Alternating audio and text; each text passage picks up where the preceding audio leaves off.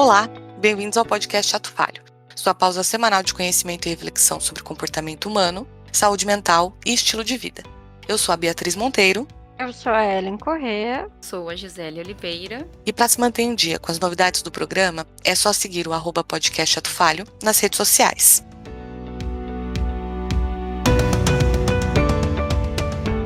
De acordo com o escritor Robert Louis Stevenson, somos todos viajantes pelas agruras do mundo e o melhor que podemos achar em nossas viagens é um amigo honesto. O cérebro humano evoluiu para dar conta de problemas adaptativos e o maior desafio adaptativo para os seres humanos foi a existência de outros seres humanos. Enquanto espécie, somos extremamente sensíveis aos contextos sociais e é natural a busca por companhia, amor, apoio e vínculo. Na convivência e no vínculo, aprendemos sobre nós e sobre o mundo. Há algo de especial nos vínculos que escolhemos estabelecer e as pessoas com quem escolhemos compartilhar a nossa história. Então, vamos compreender mais sobre esse universo tão individual e coletivo chamado amizade?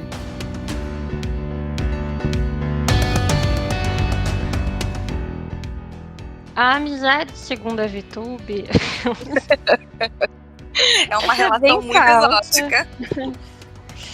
Segundo o quê? A Vitude? conforme A a VTube. VTube, a menina Big a Brother. participante do Big Brother, que ela... Putz, pensa em quem tá muito antenada com a realidade. Eu fiquei pensando, gente, é um novo dicionário? Ok. Olha, vamos lá, assim, rebobina, volta. ela tá criando muitos conceitos, então talvez ela seja. Quando a gente olha o que ela tá tentando estabelecer e a gente pensa, né, o que é amizade, tem aí um hiato, né? Porque geralmente a amizade é quando a gente tem um relacionamento pessoal de maneira voluntária, que vai envolvendo intimidade, né?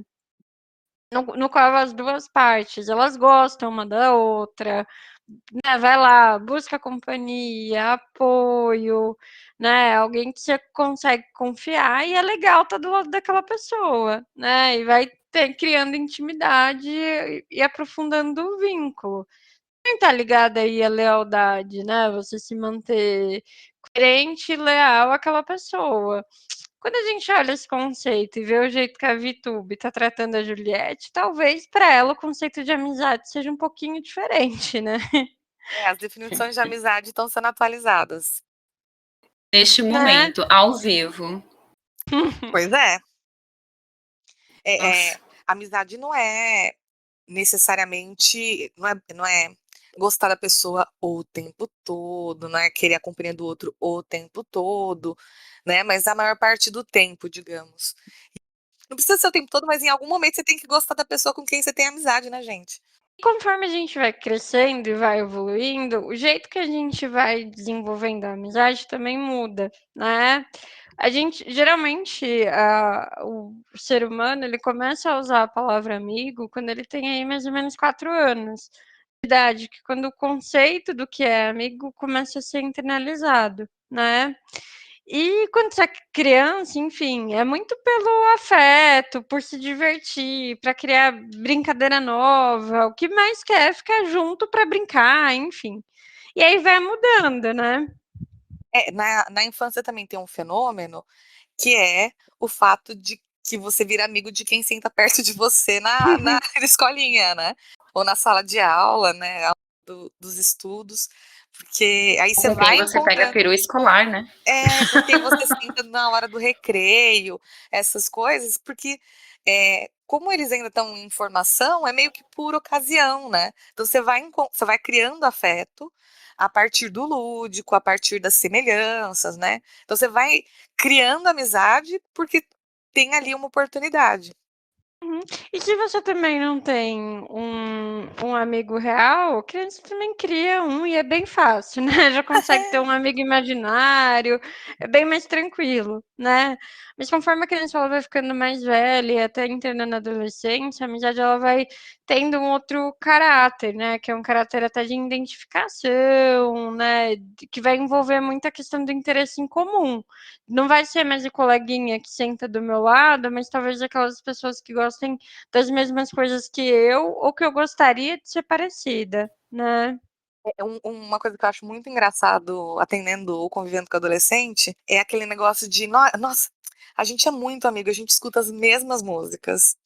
E esse é um critério, assim, terrivelmente fútil, mas muito pessoal ao mesmo tempo, né. É, não, meu, gosta da mesma música do que eu, tá assistindo a mesma coisa, putz, tem que ser amigo, né, é muito igual. É. Mas isso vai até o longo da vida como um todo, se for pensar, né? Esse tipo de semelhança, né? Interesses em comuns. Não é só na infância. Exemplo, né? Na fase adulta, né? Falar mal do chefe. Pois é, isso une as pessoas, falar mal na verdade não precisa nem ser do chefe, Parece falar falar mal mal de de alguém, né? pessoas É falar mal de alguém, exato. verdade. Tem uma coisa que une pessoas, é fofoca. Porque eu acho que a Boa. gente ama individualmente e odeia coletivamente, né. Pois é. Tem dois pesquisadores. Profundo, Ellen. Viu? É Pausa que tá foi, desculpa. olha, Não, imagina. é que tá, tipo, tá chegando na minha hora de dormir. Aí vai ficando Rebobina, mais vai. existencial. Vai.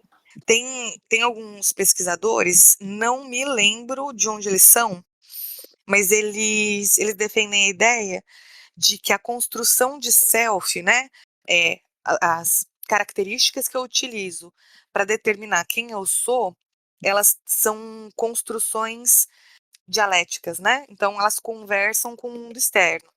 E aí eles colocam ali, né, quando a gente responde o "quem sou eu", a gente responde baseado naquilo que é diferente de quem a gente está vendo ao redor.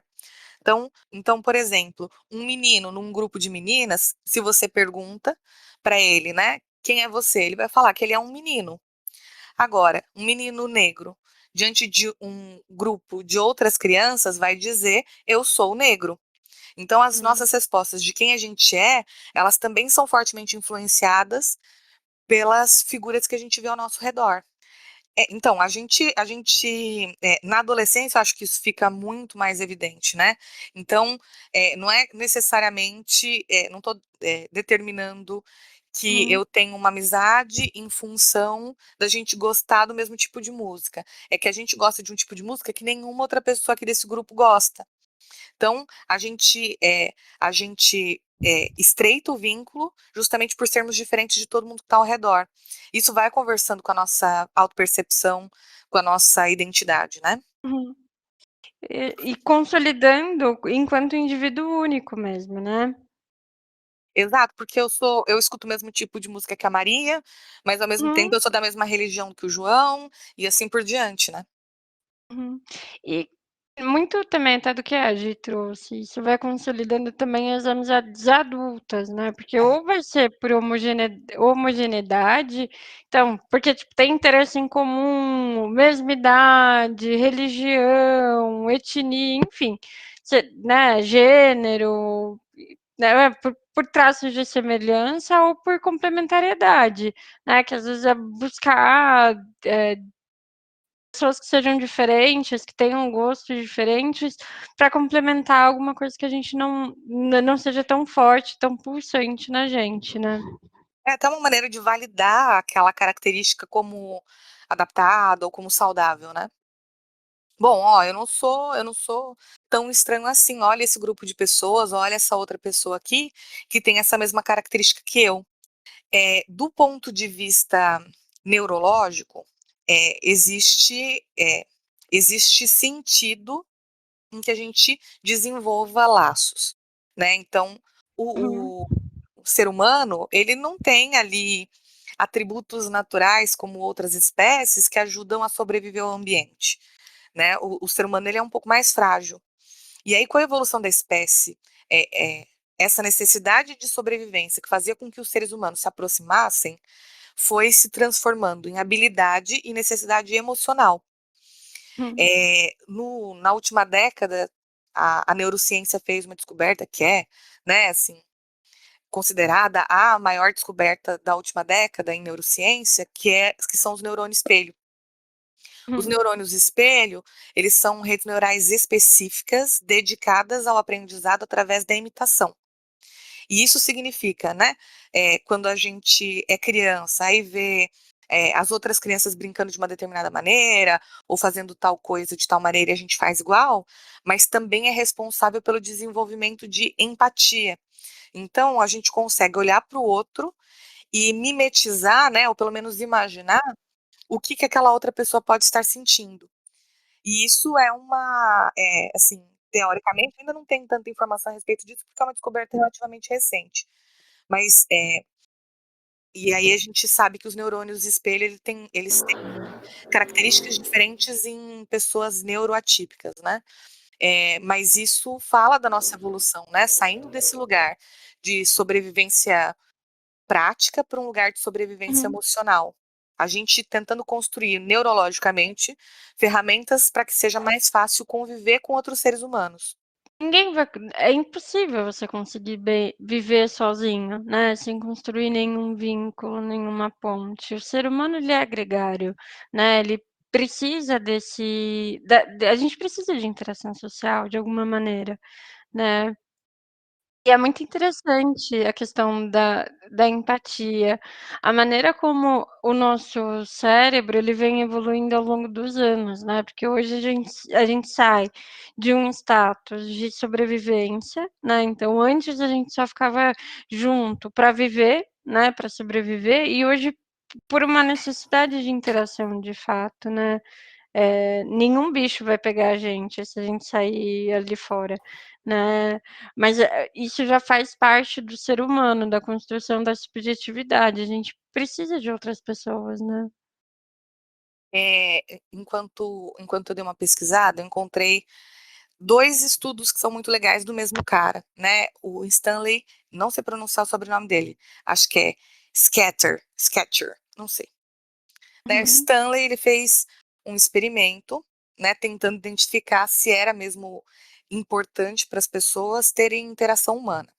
Então, ele convidou 5 homens, cada um ficou num cômodo, sem interação humana nenhuma, sem livro, sem jornal, sem rádio, sem nada. Só tinha uma cama, uma cadeira, uma privada, e é isso. Desses 5 homens, o primeiro saiu em 20 minutos. uhum. 3 deles conseguiram ficar nesse cômodo por 2 dias. E foram dias muito agitados, né, então eles entraram em crises de ansiedade sucessivas.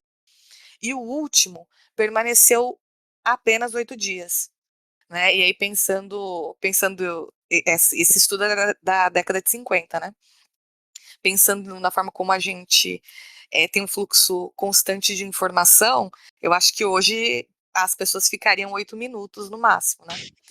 E aí o que ele Uhum. percebeu é que quando a gente tem uma ausência total de outros indivíduos, a gente entra em ansiedade. Tanto que é um método de tortura e é uma maneira de prisão, né, se uma pessoa que está presa comete algum delito muito grave, uma das piores, castigos, punições, é colocar essa pessoa numa solitária, né. Exato. Foi método de tortura também, né, da ditadura, enfim, de outras, em outros momentos históricos também, né. O Stanley Sketcher, não sei, ele também fez um outro estudo, porque ele percebeu, né, bom, a ansiedade é um fator, né, conforme as pessoas ficam isoladas, elas ficam ansiosas. E essa ansiedade por estarem isoladas faz o que com as pessoas? Né, então ele reuniu mulheres e dividiu em 2 grupos, de acordo com o nível de ansiedade delas. Então, as Uhum. participantes menos ansiosas foram informadas de que, ó, vocês vão receber um choque que vai ser assim, no máximo uma cosquinha, você não vai sentir quase nada, né? Esse estudo aqui é assim, é bem leve, é bem tranquilo, vai ser rapidinho.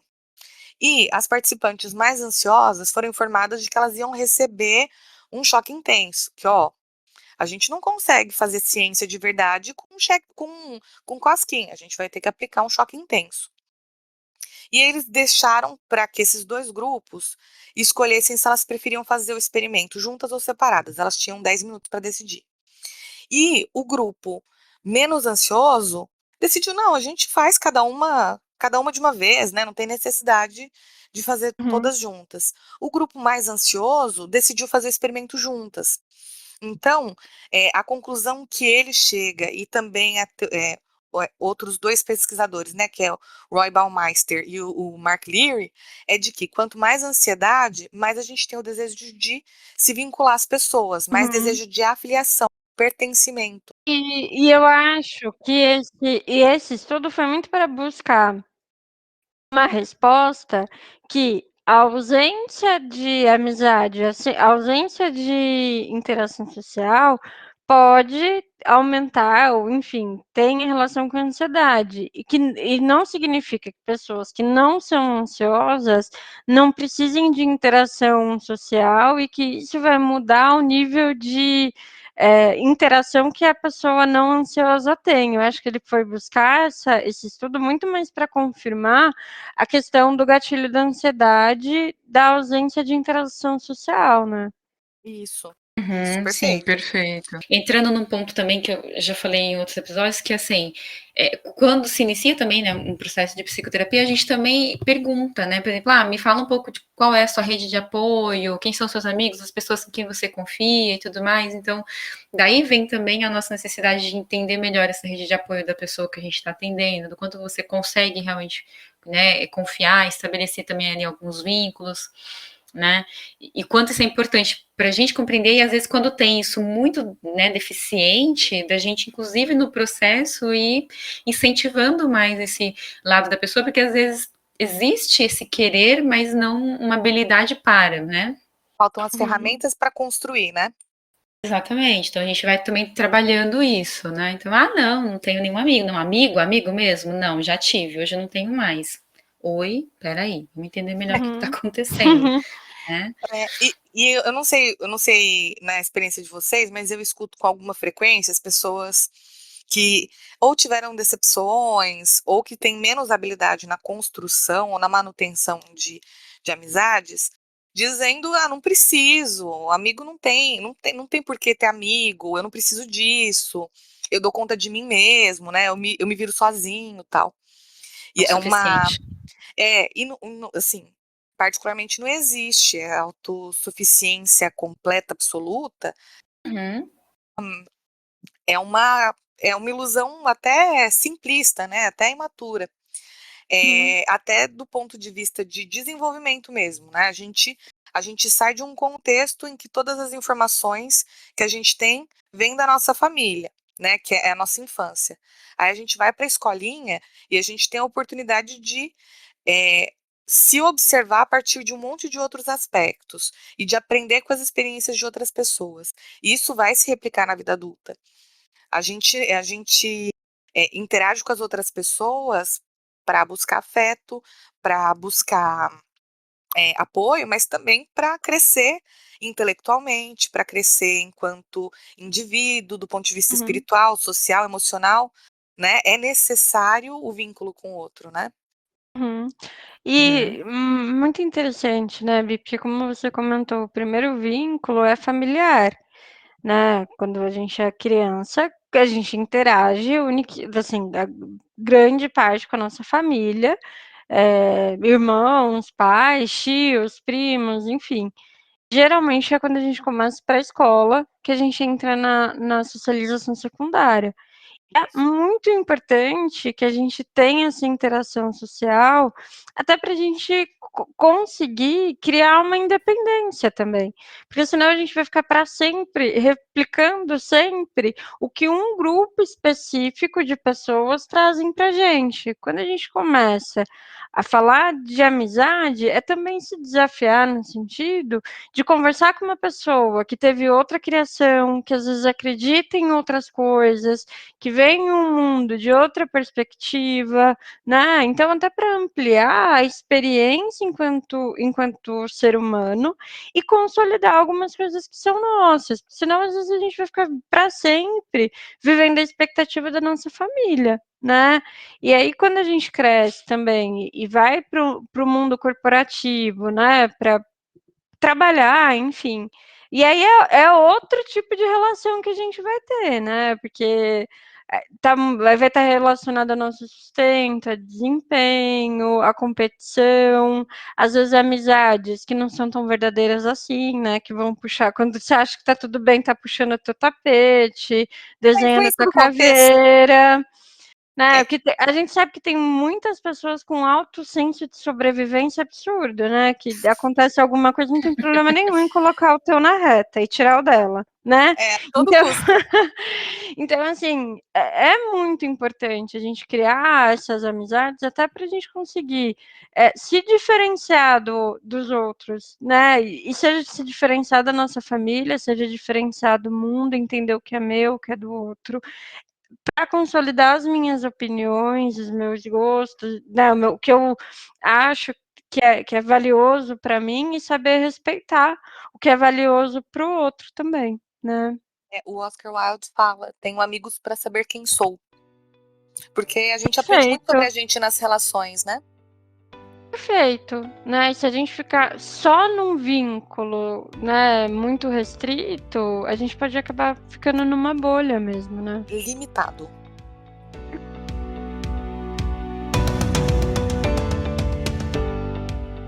O podcast Ato Falho tem trilha sonora da Ben Sound e a identidade visual é do Douglas Refundini. O podcast Ato Falho vai ao ar toda terça-feira às 9 da manhã nas principais plataformas de streaming. Eu sou a Beatriz Monteiro. Eu sou a Erin Corrêa. Sou a Gisele Oliveira. E para se manter em dia com o programa, é só seguir o @podcast Ato Falho nas redes sociais. Até semana que vem. Beijo! Beijinho! Tchau!